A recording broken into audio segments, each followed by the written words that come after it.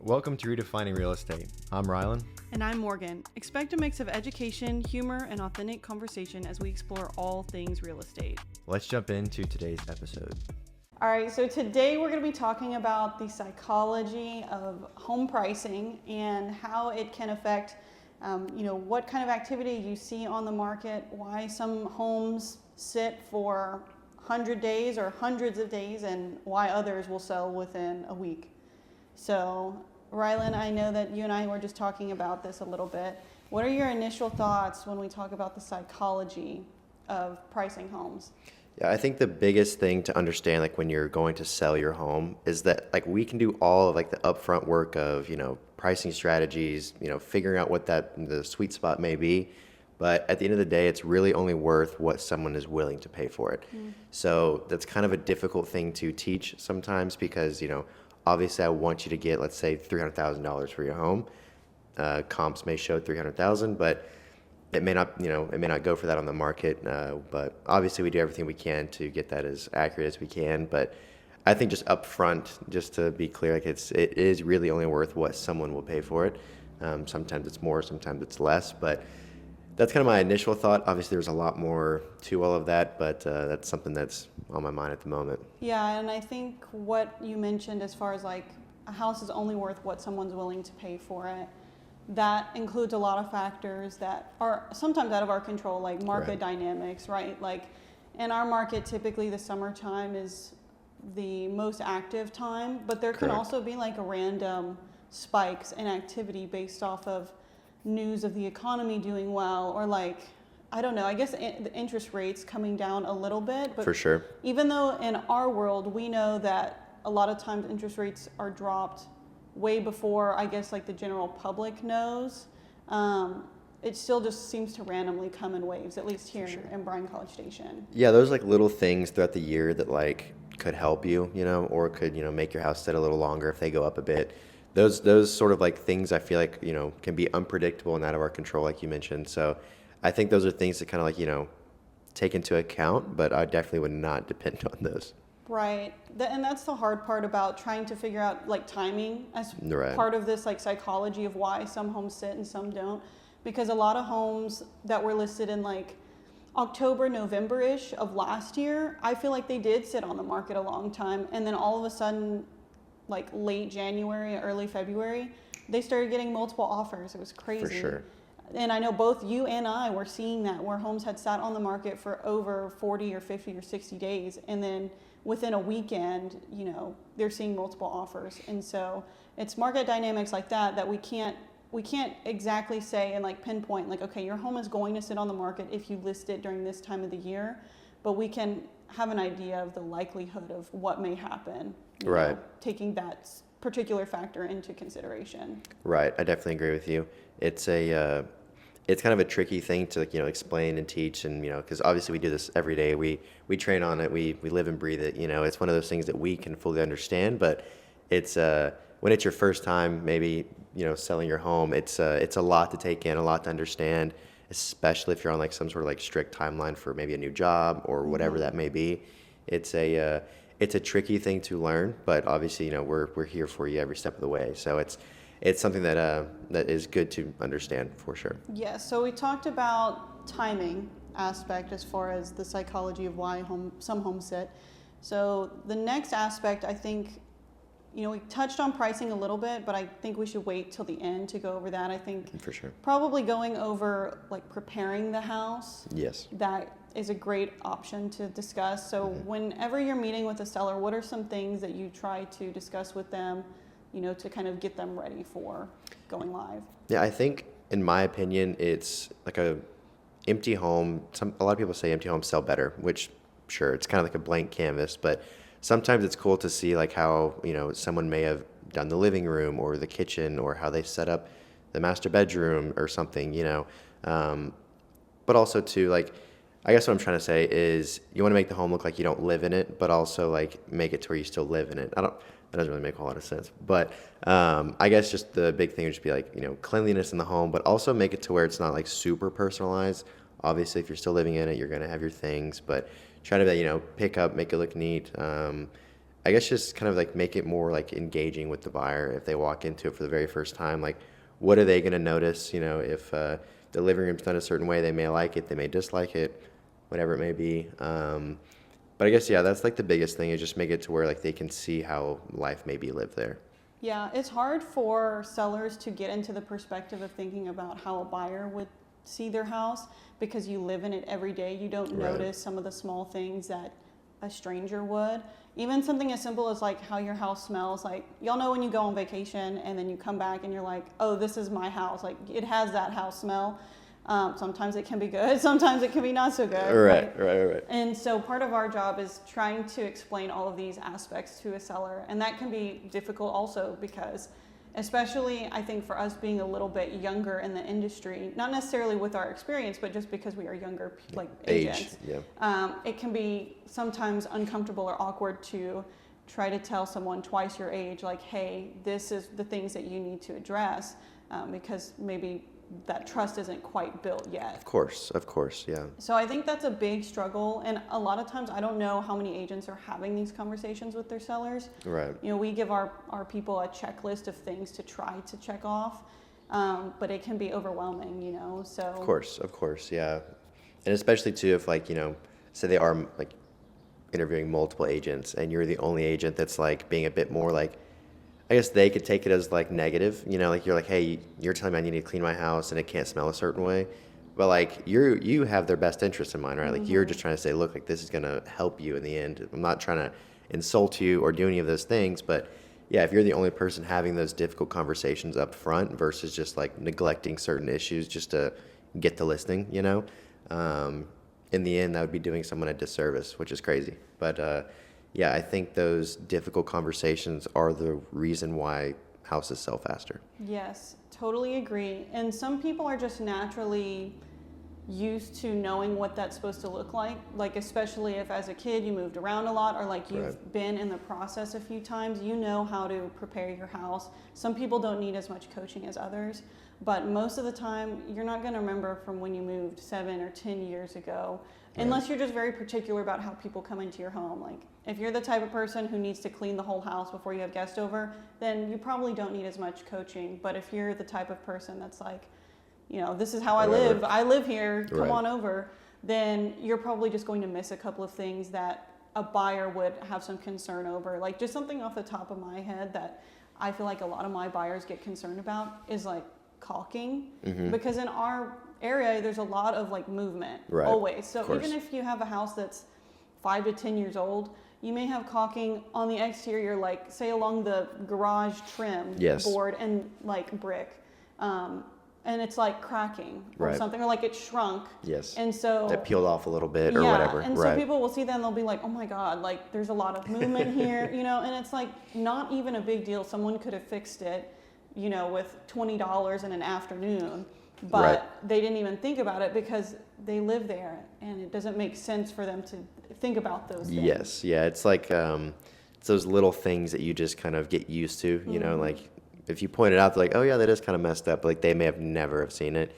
Yeah, I definitely, it's like the psychology of it all. Like the seller may not even be aware of certain issues. So pointing those little details out is for sure going to like, you know, at the end of the day, it's just going to benefit them. You know, it helps them sell their home faster, which is helping them achieve their goal sooner. So. Yeah. And another thing that sellers can do, depending on how long they've been in the house, is to get copies of their old inspection reports and try to go through those before you have your realtor come over, or start working on those when you meet with your realtor, and like go through the list. Like it's literally a checklist that you want to try to basically fix or address everything that you can that isn't like a complete like no-brainer, right? So like if you live in a 1960s house and it tells you to rewire the whole house because it's out of code for 2020, like obviously don't rewire the whole house. Yeah. But if it's something like your smoke detector outside of one of the bedrooms that you hardly go into doesn't work anymore, and you just like never got around to fixing it because you don't ever go over there or whatever,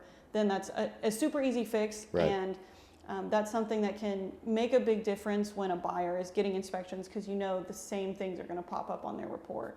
Of course, yeah. And I think too, being able to share those old inspection reports with the buyer's agent say, hey, like we've addressed all these issues other than maybe ripping out all the old wiring. Yeah, I think that just shows how like committed you are and honestly professional you are being. Just because like, if you're going to take the time to address all these issues, in good faith for someone else's client, like that's awesome. Yeah, I feel like when I've gone back and looked at the history of certain listings, it used to be a lot more common to do a pre-listing inspection report. Yes. If someone had lived in the home over 5 or 6 years. But I think during COVID, when it was such like a heavy seller's market, there was no need to do that. They just threw it on the market and like people were going to buy it regardless. And I do hope that we get back to a point where we start doing that, because I think it just mitigates a lot of headache for us and our clients, because there's not going to be things that you're not expecting. Of course. Like, of course, yeah, you do have to disclose anything that comes up, but at least now and we can fix it. You can fix it before having to like hire a professional to come in and do it. Right. Yeah. My very first like deal had a pre-list inspection report, and it was awesome. Like it was great. We knew exactly what we were getting into. It was like a 2018 home or something. It was a newer house, so like there wasn't much wrong with anything. Like, of course, like cleaning the drain pan, the HVAC, locking caps, float valves, all those things that they always recommend. But there was nothing that actually like stood out or was going to be a risk for my clients. And that was their whole goal, was because they're not going to be actually occupying the home. It's for their son and all that stuff. But anyways, pre-list inspections are awesome to me. Like I think that just shows that, again, your seller's committed to moving forwards. They're not trying to hide anything or look over a certain thing. And it can just help at the end of the day. I think the idea of like giving your house to someone in the condition that you would want it in is the whole idea with the preparing, right? Like for marketing purposes, you obviously want it to look a certain way. You want to make a good impression when you walk up to the front door, and like the smell when you walk in, like all of these first impression things are important. And like behind the scenes, you also want that to match. Yes, of course. Yeah, you always want to be like the good guy. You don't want to be trying to, cut someone out of the deal or trying to pull one over on the other guy. You always want to be just, in good faith. You'll always close on the house and probably hopefully net the most amount of money that you can. Yeah. So we talked a little bit about staging, because you mentioned a empty house typically will sell faster. But I think what you meant is the easier the house is to show, that can help.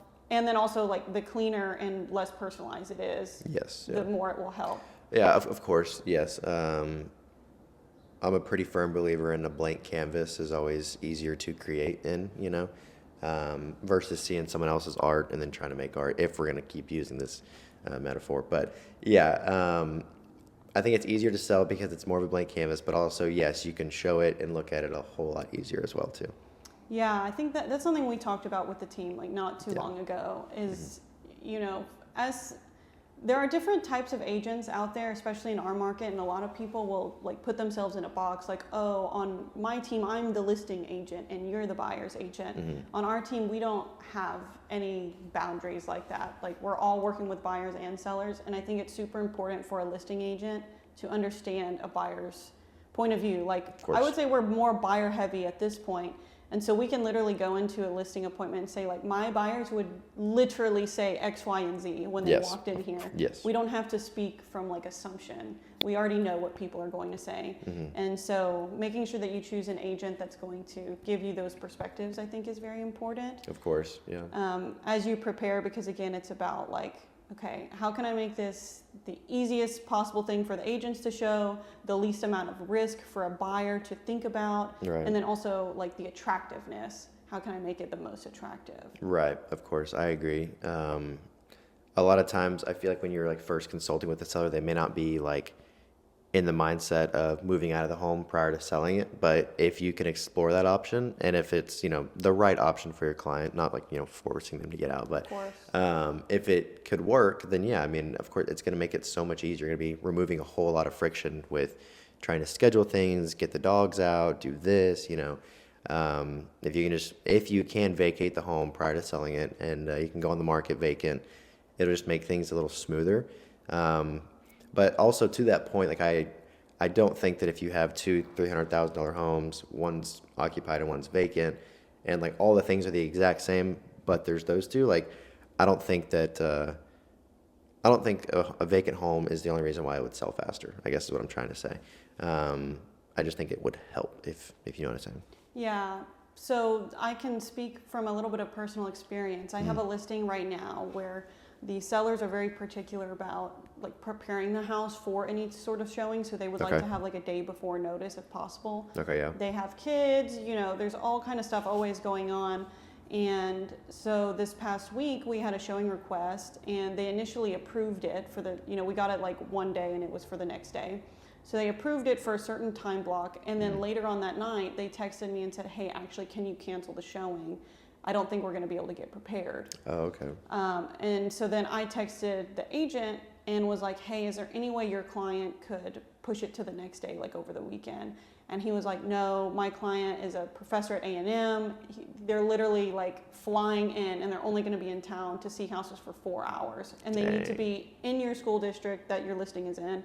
And he has a family of this many, you know, matches the amount of bedrooms, et cetera, et cetera. So it's like, at that point, I could either just say, oh, shoot, darn, I guess we're not going to like let them in the house. But I had to reach back out to my client, even though it was like 6:30 in the morning when all this conversation was happening. And I was like, hey, like, this is really important to get additional exposure. Like, this guy says your house fits a lot of their boxes and it's only going to be for 4 hours if they're in town.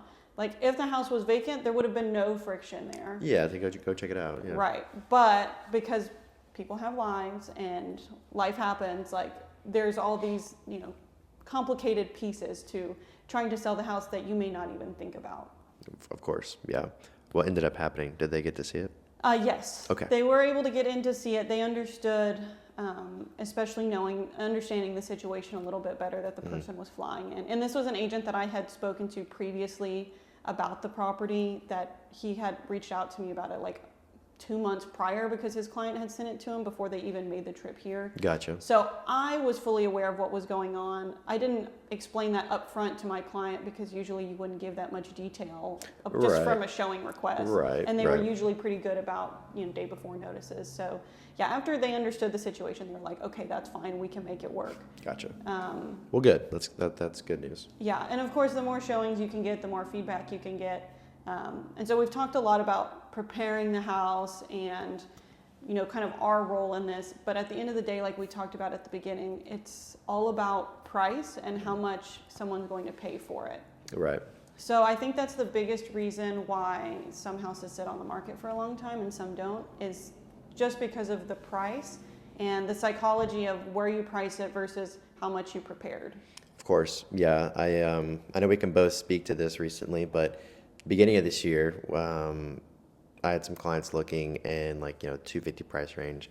We've kind of talked about it on the recent episodes, but yeah, there was some homes that looked online great. You know, it was, you know, 255 or something, and you see the days on market at like, you know, 150, 160, and you're like, geez, like I wonder what's going on here. You know, it's something just, you know, not like cancel, we're not going to look at it, but like, you know, just something to kind of think about. And you go and look at the home, all looks great, submit an offer a little under because it's not actually worth something, and like no one's willing to work with you with anything. So yeah, I think price really is a big thing to worry about because some people they may need a certain number, they may have to have a certain number, or they may just really want this number, but that doesn't dictate what the home may be worth just because you want a certain number. But yeah, it was an interesting experience for sure. And I think that, I don't know if it was the agent's fault, owner's fault, investor's fault. I don't even know if it's anybody's fault. But I think value is going to be the biggest thing that dictates whether or not your home is going to sit for a long time. Yes, and expectations are important. I know, at least with the situations I encountered when I asked the agent, hey, where did you get these numbers from? I'm coming in with these numbers, and they would show me their data. It was really just a matter of, hey, the seller wanted me to price it at this point, so that's what we have it priced for. And there's a lot of like faith and risk, I don't know what you would call it, like trying to understand how much risk a buyer is going to have to take when they're making an offer on a house that is overpriced. Right. Because nobody wants to overpay on a home as a buyer. Right. At the same time, as a seller, you want to get the most amount of money possible. So you think, oh, let's list it high and they'll negotiate down. Mm-hmm. Sometimes that never happens, depending on how the market is. Right. But I think like that dynamic is also very important. Just trying to figure out, like, is a buyer going to risk potentially overpaying, because of course there will be an appraisal typically, or will they just not even be interested in making an offer? Exactly. Yeah, that's really going to boil it down to like what, again, the buyer's willing to risk. It's a tricky conversation to have, telling someone like, hey, you could be paying $10,000 more than what the home is actually worth.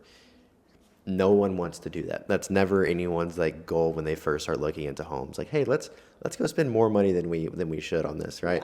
Yeah. But sometimes in certain like circumstances, that could be a better outcome than whatever else may happen, like losing the home, right? Mm-hmm.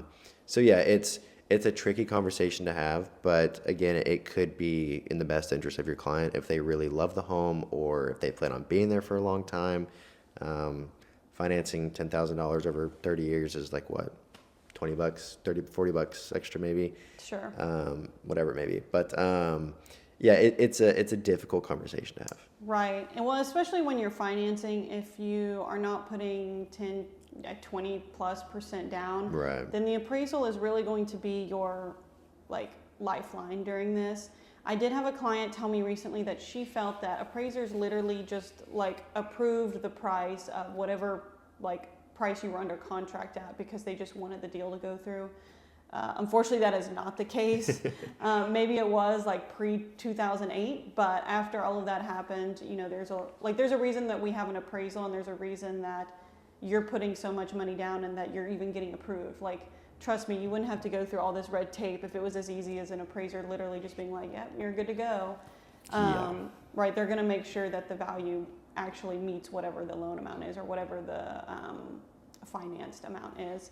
So that's the risk part that I was talking about, is like, Okay, it may yeah. be listed for $270. Right. Our data comes in saying it's worth $260. Mm-hmm.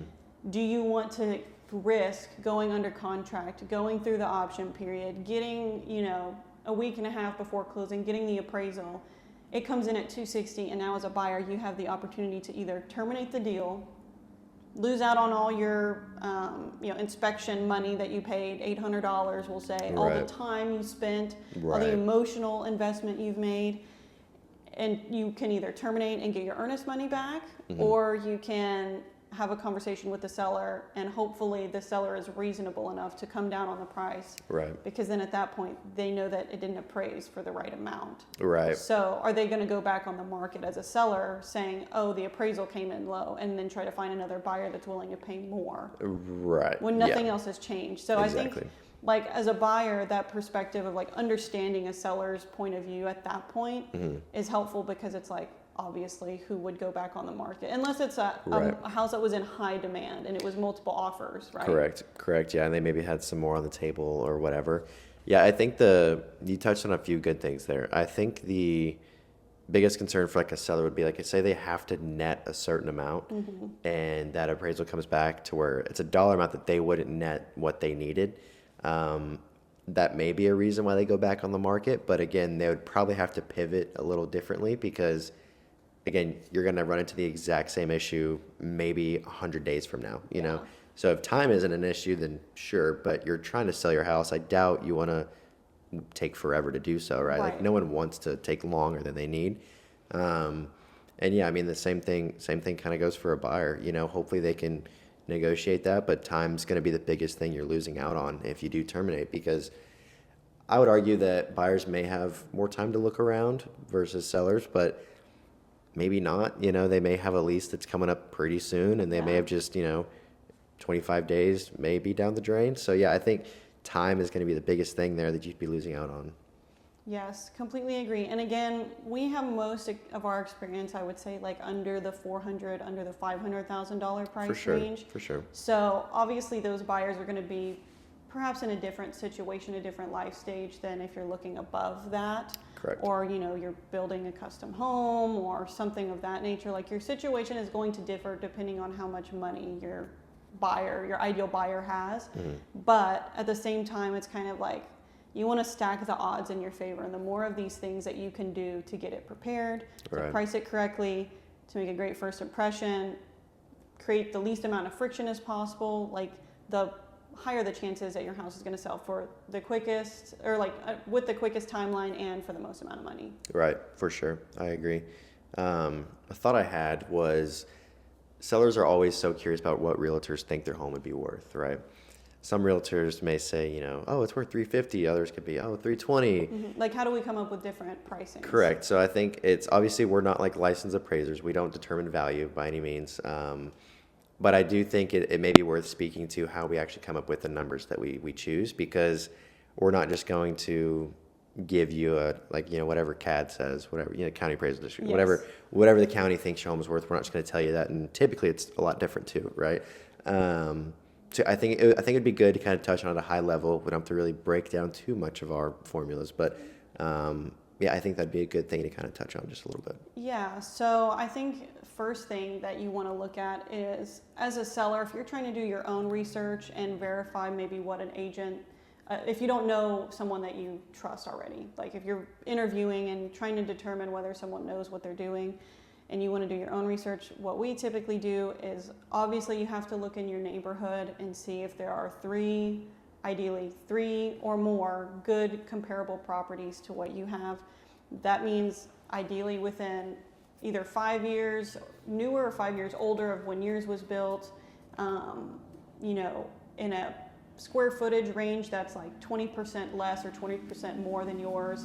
And obviously the finishes, if it's in a newer neighborhood, they have to be comparable. So, like, for example, if you have a Stylecraft build, you should not be comparing your home to more custom, we'll say like a Magruder or Pittman style custom home. Right. Even if they're in the same neighborhood, they are not comparable because one is more custom and one is more of a spec home. Yeah, of course. So those are like the basic frameworks, but it gets a lot more complicated, especially in our area, because we've got older neighborhoods. We don't have like a ton of houses in general. Right. So like some neighborhoods may vary from one street to the next.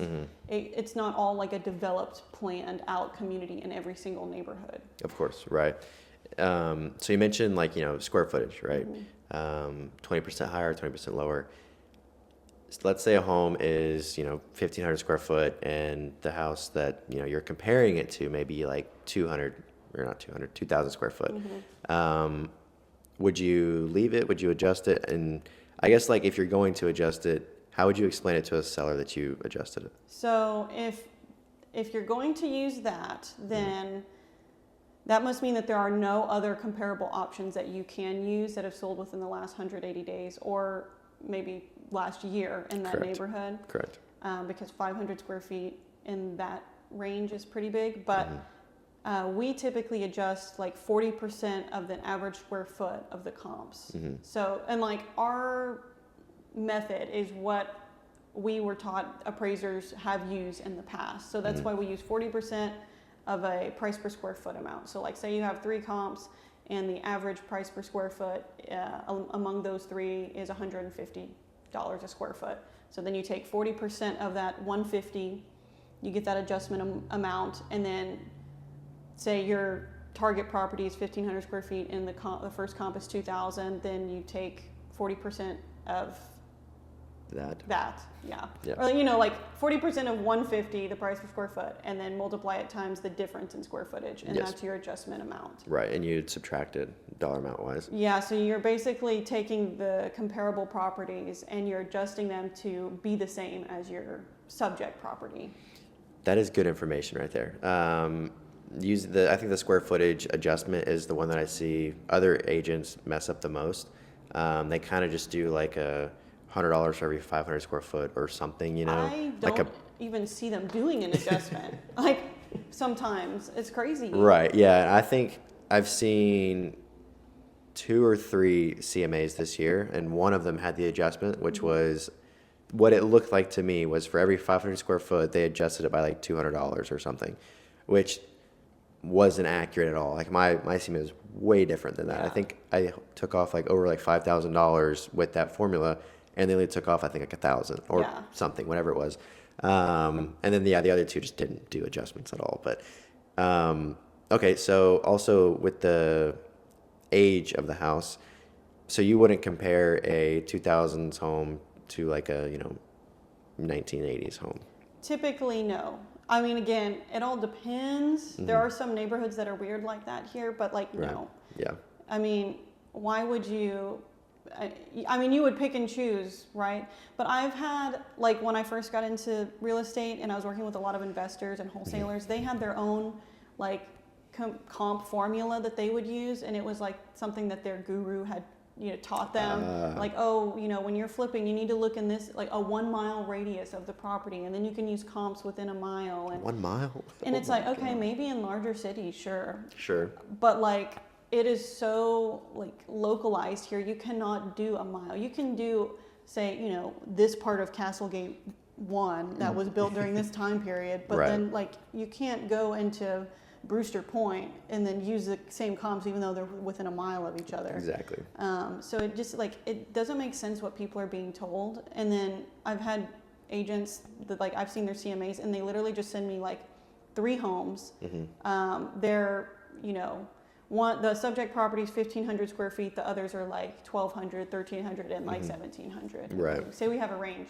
They just literally take the price per square foot of all of them and then just like multiply it by the subject property. They don't do any adjustments. Oh my gosh. And I'm talking, this is like, the one that I had seen was like a realtor who's had their license for at least 10 plus years. Yeah. And I'm just wondering, like, what? Like, how? That doesn't make any sense. Yeah. I think we're going to start seeing a lot more higher standards for realtors in the future. And I hope we do, honest. I really hope we do. Because the standard should be, a lot more accurate information that we're preaching to people. Like, we're not going to sit here and give you false information. But like, that's been the norm, I feel like, for a lot of people. And like, to have CMAs that look that gross, and to be doing this for that long, like, we have to have higher expectations, I feel like. And I know we kind of do for ourselves here, but like, I really feel like that should be the norm, to hold yourself to a lot higher, more educated standard when you're Right. when you're dealing with hundreds of thousands of dollars like every day. Like, I think it's crazy that that's still a norm in our industry, but I hope we can work to make that no longer a norm, because like, people don't deserve that. Like, we're supposed to be the experts, right? Right. Yeah, But, and yeah. unfortunately, the longer you've been in the industry, fortunately and fortunately, like, just because you've been in the industry 20 years doesn't mean you still know how things are done in today's world. Right. I agree. So, yeah. Is there anything else, though, that you can think of that you feel is part of the psychology of pricing? Why some homes sit, why some don't? I mean, I think we've pretty much gone over most of the aspects. I think so. Yeah. One thing that I feel like is kind of maybe worth mentioning would just be like kind of your mindset that you bring to selling your home. Expect to maybe not net as much as you really thought so. Like, there may be some other costs that you may have not have accounted for or known about until you met with your trusted professional of your choice. Just go into it open-minded. I wouldn't be so like closed off to negotiations and things like that. But yeah, I mean, it really is all a big mind game at the end of the day. And the ones who understand it are the ones who can hopefully get their homes sold a lot sooner. Yes, absolutely. Okay, guys. Well, if you have any questions about the psychology of selling a home or buying a home for that matter, feel free to reach out to us. We have our social media links down below. If you listen to the episode all the way through, please subscribe, share with someone you think that would enjoy this episode or would find it helpful, and we will catch y'all on the next one.